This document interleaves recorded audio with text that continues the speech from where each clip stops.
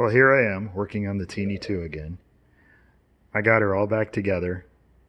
I reassembled the magneto, the Slick Mag 4016.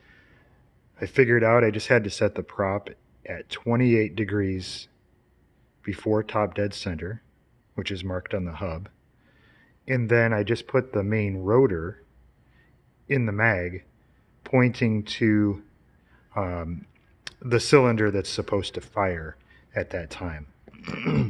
So that was real easy. I didn't retime the mag itself, so I didn't change the orientation on the back of the case.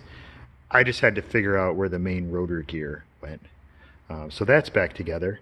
I replaced these exhaust pipes from the steel ones that were rusting to stainless steel. I think they look a lot nicer. I just put on this valve cover.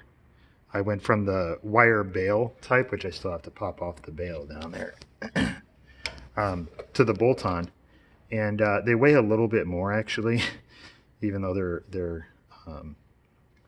aluminum, but they look a lot nicer, and I don't know. We'll see how they work. The other thing I did was installed the carb heater. So this is a cat or a scat tube. I don't know, it's the kind with the smooth inside. It's a little thicker than the other type. I tested the other type, the thin one, and it cooled the air down too much, the prop wash.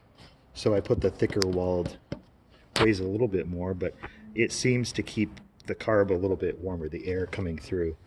I hooked up a choke cable to the box here for the door to the cockpit. I'm gonna have to change it because I found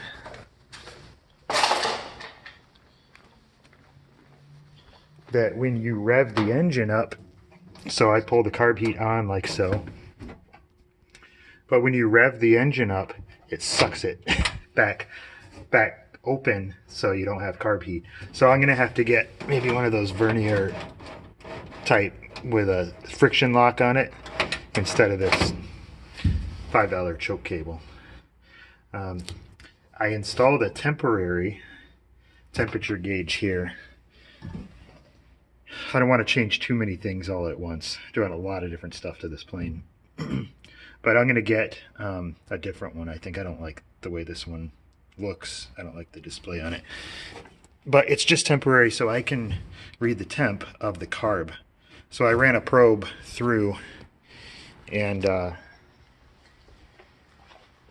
it's a really small probe on the wire. I got the thing from Amazon, and I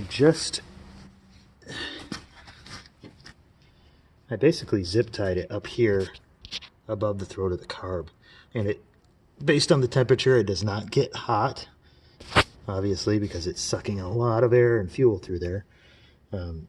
But the carb heat does seem to function. So the zip ties I think will be okay for right now for my testing.